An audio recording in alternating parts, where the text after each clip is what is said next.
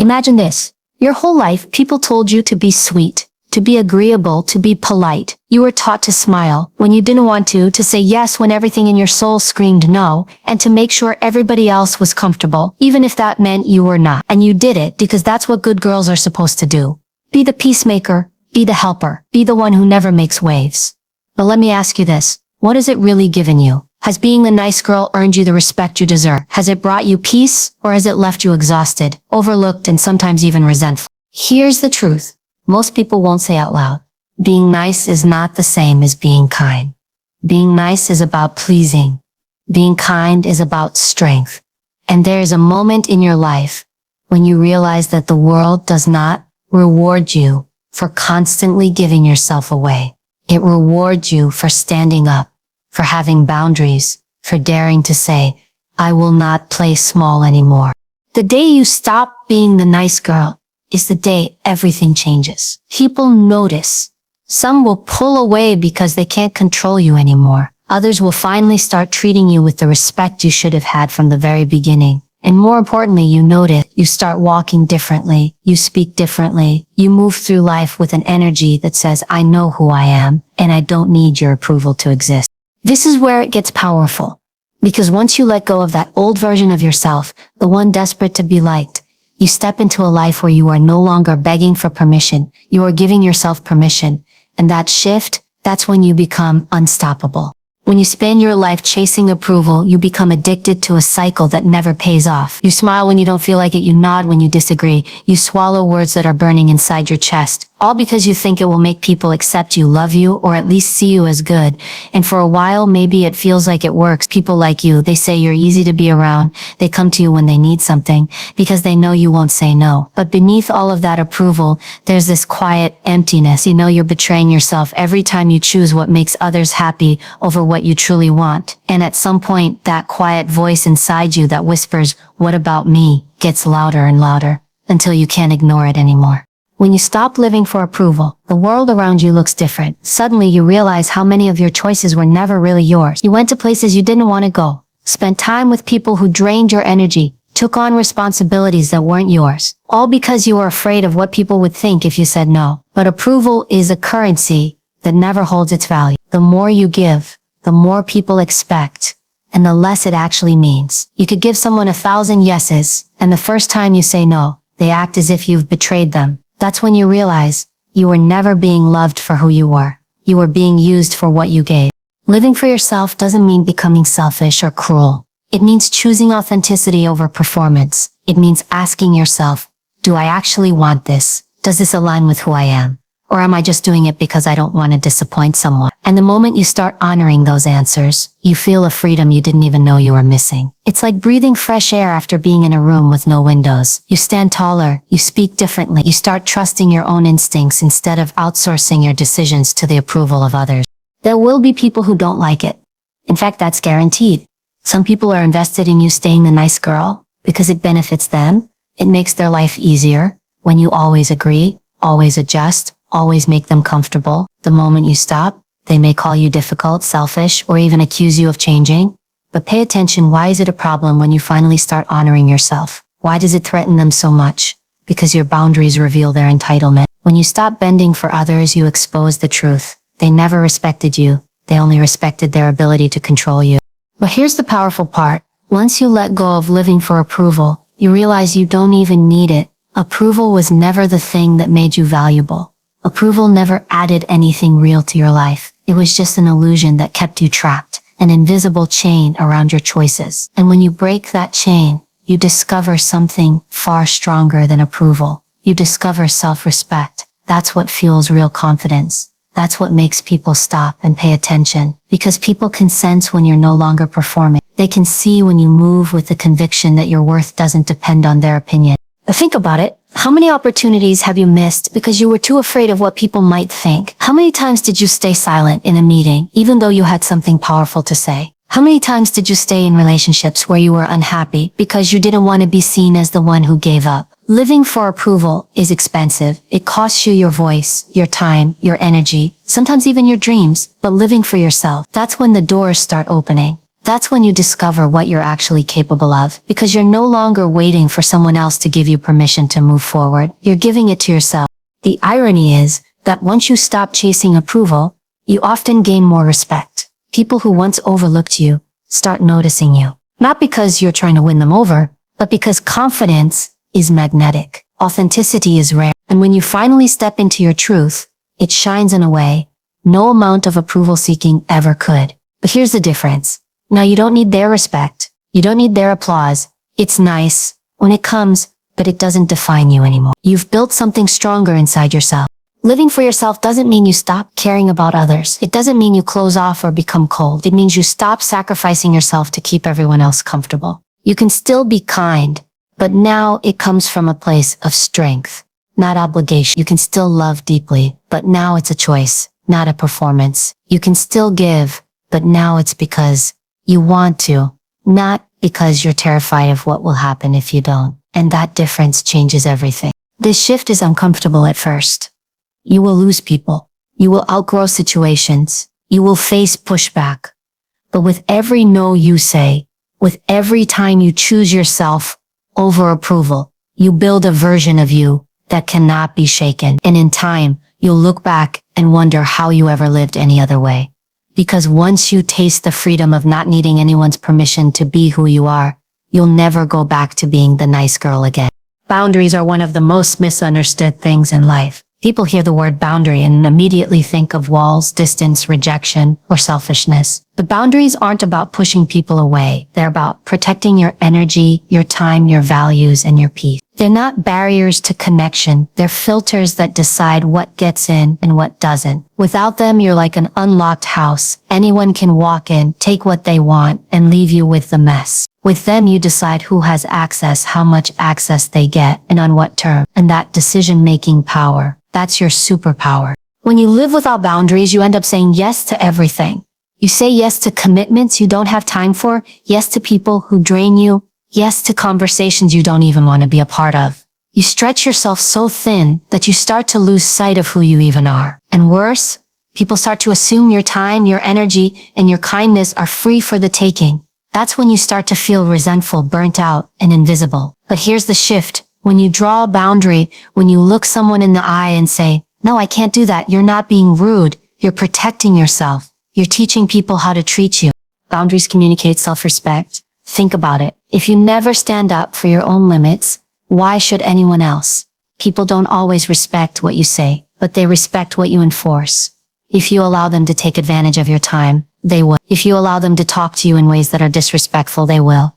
But the moment you hold your line, the moment you make it clear what you will and will not allow, the entire dynamic shifts. Some people will leave because they can't handle not having unlimited access to you. Others will adjust because deep down people respect those who respect themselves.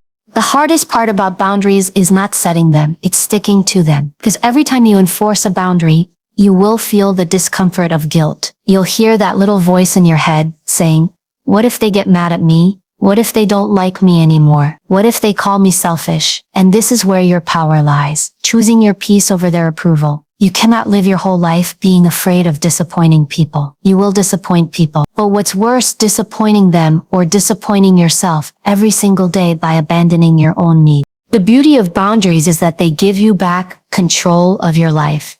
You stop running on autopilot, you stop being reactive, and you start being intentional. Instead of constantly putting out fires for everyone else, you get to decide where your energy goes. You get to say, "This is worth my time and this is not." That clarity saves you from chaos. It keeps you grounded, and it gives you space to actually focus on the things that matter to you. Without boundaries, your life belongs to everyone else. With boundaries, your life belongs to you. Boundaries don't just apply to people, they apply to everything. They apply to work, where you draw the line between your job and your personal life.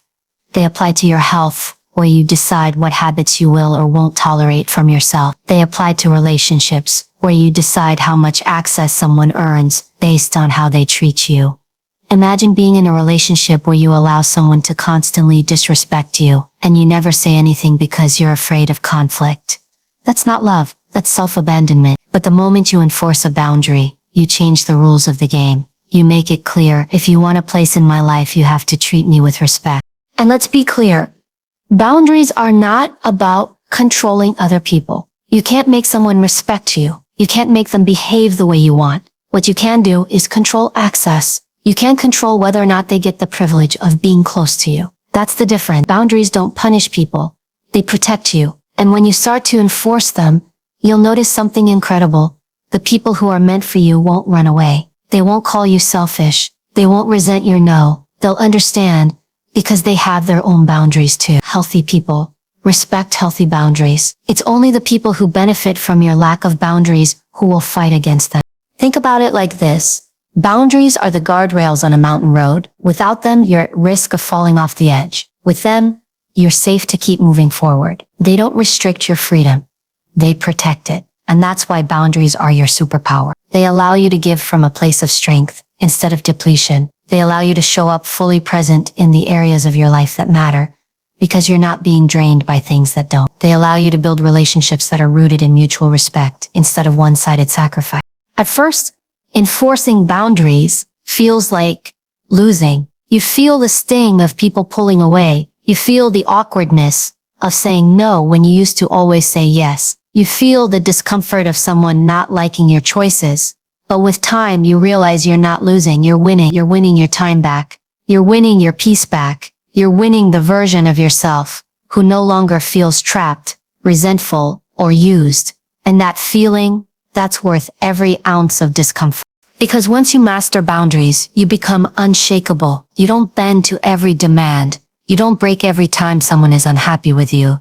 You stand firm in who you are, and you move with clarity and conviction. And that kind of strength is magnetic. People see it, they feel it, and they either rise to meet it or fall away. Either way, you're left with a life that reflects your true worth. And that, more than anything, is the power of boundaries.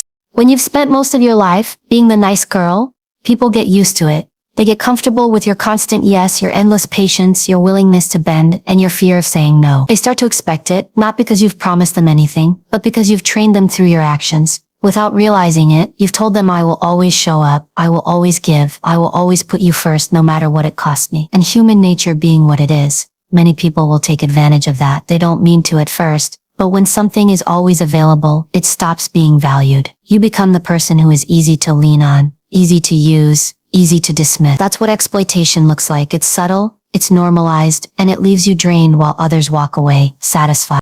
But something shifts the moment you stop playing that role. The moment you stop being endlessly agreeable. The moment you start drawing lines and standing up for yourself, something fascinating happens. Exploitation ends, and respect begins. At first, it may not look like respect. At first, it looks like shock. People who were used to you being the nice girl may not know how to react when you suddenly stop giving them unlimited access to your time, your energy, or your emotional labor. Some will test your boundary. They'll push, they'll guilt trip, they'll try to convince you you're being selfish or difficult. But hold your line, because what you're really doing in that moment is teaching them something new, how to treat you with respect. Respect is earned not through sacrifice but through strength. People respect what they cannot manipulate. They respect what stands firm.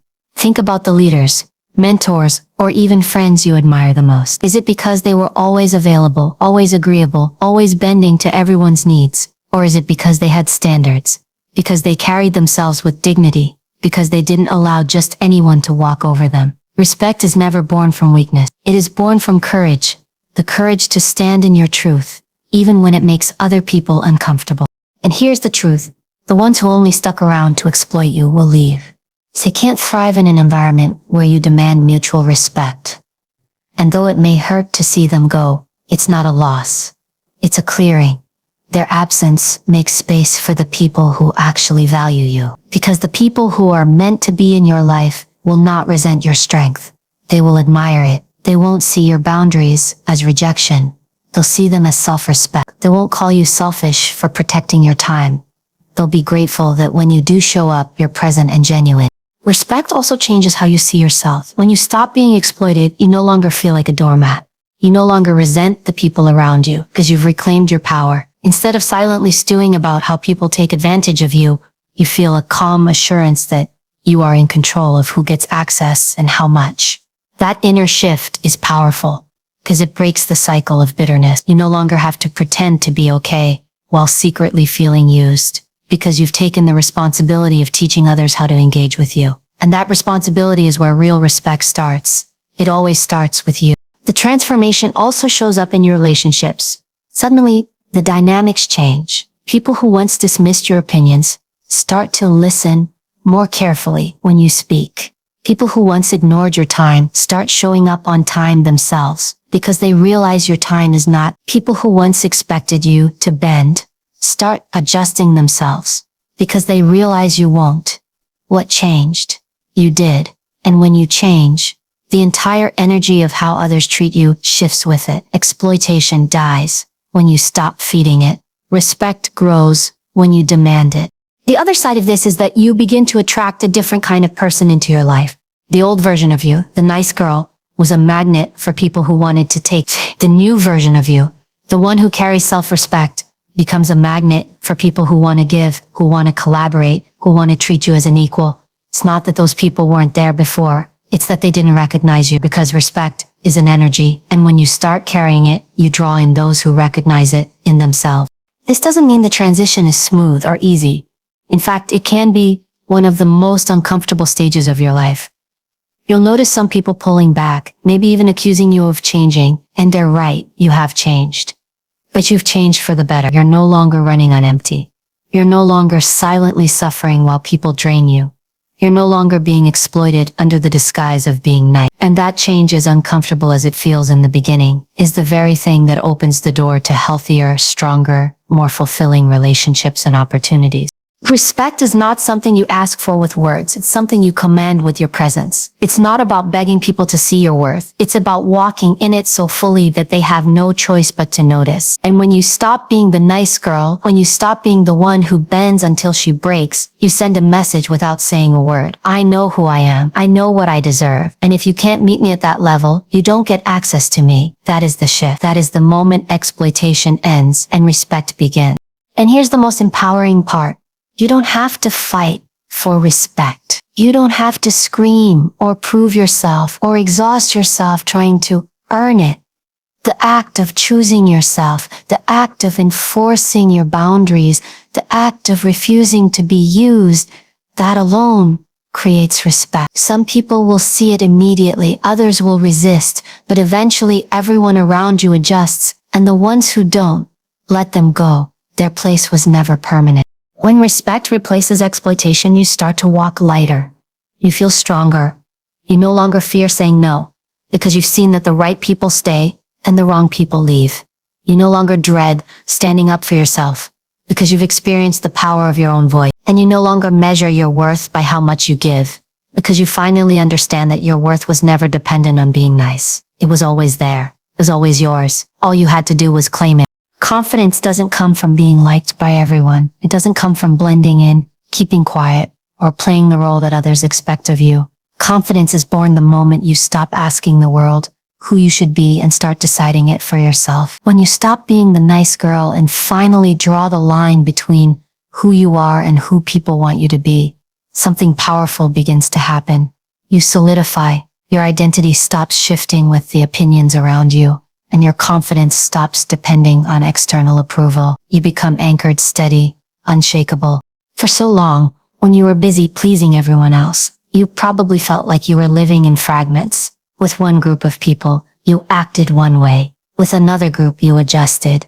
At work, you played a role. In relationships, you played another. And while you may have kept the peace, deep down, you felt fractured, as if you didn't truly know who you were without the masks. That's the heavy cost of being the nice girl. You lose yourself in the performance. But the moment you stop, the moment you say, this is who I am, and I'm not going to keep shifting just to be accepted, all those fragments start to come back together. That's identity. That's the real you, finally standing whole. And with that identity comes confidence. Not the fake kind of confidence that needs constant validation, but the deep, rooted confidence that doesn't shake when someone disagrees with you. It's the confidence of knowing that your worth is not up for debate. Imagine walking into a room and not wondering, do they like me, but instead asking, do I like being here? That's the shift. Confidence is not about controlling how others see you. It's about controlling how you see yourself. And when your identity solidifies, you start seeing yourself clearly, without distortion, without apology. It's not always easy at first. You'll feel the tension when you stop playing small. You'll notice the raised eyebrows when you speak your mind instead of nodding politely. You'll hear the silence when you say no to something you used to always agree to. And in those moments, doubt creeps in. Am I being too much? Am I being difficult? But here's the truth. Confidence doesn't mean the doubt disappears. It means you choose to keep going anyway. It means you trust that honoring yourself is more important than keeping everyone else comfortable. This trust builds layer by layer. The first time you set a boundary, you might feel shaky. The first time you speak up, your voice might tremble. The first time you put yourself first, you might feel guilty. But each time you choose yourself, that guilt gets quieter and that trust gets louder. Over time, you stop questioning whether you have the right to stand tall. You just do. That's how identity solidifies through practice, through repetition, through proving to yourself that you don't break. When you stop being nice, you actually get stronger. Another powerful thing happens when your confidence and identity solidify. You stop needing to explain yourself. Before, when you lived for approval, you probably over-explained everything. You justified your no. You apologized for taking up space. You gave long reasons for why you couldn't do something, as if your worth depended on convincing others. But confidence shortens your sentences. It teaches you that no is a full sentence, that your choices don't require explanation, that your presence doesn't require apology. When your identity is firm, you no longer feel the need to hand out permission slips for being yourself. And this shift also impacts how you carry yourself physically. You walk differently when you're no longer trying to shrink. You speak differently when you're no longer editing every word for likability. People notice and may not be able to describe it, but they feel it. This aura of someone who knows who they are, that's why confidence is magnetic. Not because you're trying to attract people, but because people are drawn to authenticity in a world full of facade. They sense your solidity, and it makes them trust you, respect you, and want to be near you. Identity solidification also means you become harder to manipulate. When you were uncertain about who you were, it was easy for people to project their version of you onto you. They'd say, you're this, or you should be that, and you'd go along with it because you weren't sure. But now, when someone tries to define you, it doesn't stick. You know who you are, and you don't need to borrow their definition. That's freedom. That's strength. This confidence doesn't make you arrogant. It doesn't make you untouchable. It simply makes you real. You can still admit mistakes, but now without shame. You can still grow, but now without losing your foundation. You can still love deeply, but now without abandoning yourself in the process. Confidence and identity give you the balance to be strong without being hard, soft, without being weak, open, without being exploited. The best part is that once this foundation is set, everything else in your life elevates. Your relationships get healthier because you're no longer settling for disrespect. Your opportunities expand because you're no longer too afraid to step into rooms that once intimidated you. Your voice gets louder, not because you're shouting, but because you're speaking from a place of certainty. And most importantly, your inner peace grows because you're finally living in alignment with yourself instead of performing for others. So many people spend their entire lives searching for confidence, thinking it's something external, something they'll find once they look better, achieve more, or gain approval. But the truth is, confidence isn't found. It's built. And it's built the moment you decide to stop being who the world expects and start being who you truly are. That's when your confidence stops being fragile and your identity stops being negotiable. That's when you step into a version of yourself that doesn't bend with every breeze, but stands like a mountain, solid, unshakable, undeniable. When you stop being the nice girl who bends, pleases, and overextends just to be accepted, something fascinating begins to happen. The entire atmosphere of your life shifts. People who once clung to you because you were easy to use start slipping away. The ones who only called when they needed something vanish into silence. And at first it feels like loss. It feels like you're being left behind. But if you look closer, you'll realize it's not loss. It's alignment. Because in the space that opens up, the right people begin to appear. The right opportunities start finding you. What leaves is exploitation. What arrives is respect. What disappears is false connection. What arrives is genuine support. For years, you may have been attracting the wrong kind of people, not because you wanted to, but because of what you tolerated. When you lived to please, you draw in people who feed on that. People who like the version of you that never says no, that sacrifices her time, that carries their weight. It's not love, it's convenience. It's not respect, it's advantage. And the longer you stay in that cycle, the more you confuse attention with value. But the moment you stop, the moment you decide to live for yourself, instead of approval, you break the pattern. And in breaking it, you make space for a different type of energy. A stronger, truer kind. That's why the right people don't arrive when you're desperate to be liked. They arrive when you're unapologetically yourself. Because authenticity is like a frequency. When you're pretending, when you're playing the role of nice, you're broadcasting a signal that says, I'll take whatever you give me, just don't reject me. And people who thrive on taking will pick that signal up instantly. But when you stand in your truth, when you own your boundaries, when you move with confidence, you broadcast something completely different. You send out, this is who I am, this is what I stand for. And if you want to be here, it has to be mutual. And the people who hear that frequency are not users, they're builders. They're not here to drain you, they're here to walk with you. The same thing happens with opportunities. When you're stuck in the role of the nice girl, you often play small. You don't raise your hand for the promotion because you're afraid you'll seem pushy. You don't start the project you've been dreaming about because you're worried about what people will think if you fail. You don't speak up with your ideas because you don't want to step on toes. And as a result, opportunities pass you by, not because you're not capable, but because you never claim them. But when your identity solidifies, when your confidence grows, you stop shrinking. You step forward, you take risks, and opportunities that once seemed out of reach suddenly start coming toward you. It's almost like the world responds to the version of you that finally chooses herself. People begin to notice your presence in a way they never did before. Not because you're shouting louder, but because you're radiating clarity. The right mentors, friends, and even partners start showing up because they're drawn to the strength you've built. The right doors open because you're no longer too afraid to knock. The right paths unfold because you finally trust yourself enough to walk them without hesitation.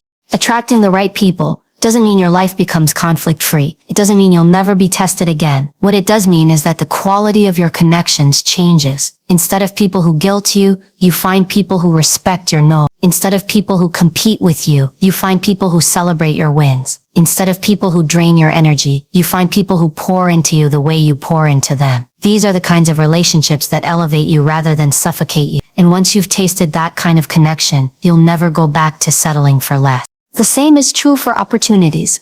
The ones you attract after you've shed the nice girl role are different. They're not disguised traps where you're expected to overwork and under-earn just to prove your worth. They're opportunities that match your value, that challenge you to grow, that allow you to step fully into your strength. And because you're no longer chasing approval, you're able to choose wisely. You don't say yes to everything just because you're flattered to be asked. You say yes to what aligns with your values, your goals, and your vision for your life. That discernment ensures that the opportunities you accept actually move you forward instead of keeping you stuck. The beautiful thing about this stage of transformation is that it feeds on itself. The more you stand firm in who you are, the more you attract people and opportunities that affirm that version of you. And the more those affirmations show up, the stronger your confidence becomes. It's a cycle of growth, of expansion, of alignment. You start realizing that you don't need to chase anymore. You don't need to beg, prove, or perform. What is meant for you comes to you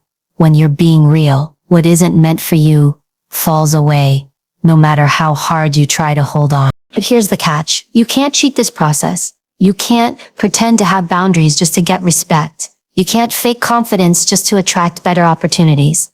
The universe doesn't respond to pretense. It responds to authenticity. And that's why the inner work is so important. You have to genuinely let go of approval seeking, genuinely enforce your boundaries, genuinely choose yourself. When you do, the shift is undeniable. You'll see it in who starts showing up in your life. You'll see it in the opportunities that suddenly align. You'll see it in the way you carry yourself, not as someone desperate to be chosen, but as someone who already knows they are worthy. And once you've experienced this shift, you realize something profound. You were never lacking the right people or opportunities. They were always there. You were just too busy dimming your light to notice them, too busy performing to allow them in. The moment you stopped being the nice girl, you created space for what was meant for you all along. And that is the real reward, because life doesn't change when you're liked by everyone. It changes when you finally choose yourself. And in doing so, you attract a world that chooses you back. Here's the truth. Being the nice girl might win you smiles, approval, and temporary peace, but it will never give you the life you deserve. It will never give you respect, it will never give you freedom, and it will never give you fulfillment. All it does is keep you small, exhausted, and invisible while everyone else benefits from your silence. But the moment you stop, the moment you take off the mask and stand in your power, your entire world shifts. You stop living for applause and start living for yourself. You build boundaries that protect your peace. You demand respect instead of exploitation. You grow into a confidence that no one can shake, and you attract the kind of people and opportunities that were waiting for the real you all along. Yes, it's uncomfortable. Yes, it's messy. Yes, some people will leave, and yes, some doors will close. But let them. Because the doors that open after are stronger, bigger, and built for the version of you who no longer bends just to be accepted. The people who come after are the ones who see your worth without needing you to sacrifice yourself. And the life that unfolds after is one that actually belongs to you. Not the performance, not the role, but the real unapologetic you. So the choice is in front of you right now. You can keep being the nice girl, playing small, pleasing everyone but yourself, and living a life that feels safe but empty. Or you can step into the fire, face the discomfort, and rise into a version of yourself that is untouchable, unshakable, undeniable. The kind of woman who doesn't beg for respect because she commands it. The kind of woman who doesn't chase approval because she already knows her worth. The kind of woman who walks into every room, every relationship, every opportunity with the power of someone who refuses to be small ever again. Stop being the nice girl. Start being the real one. Because the moment you do, everything changes. And that version of you is unstoppable.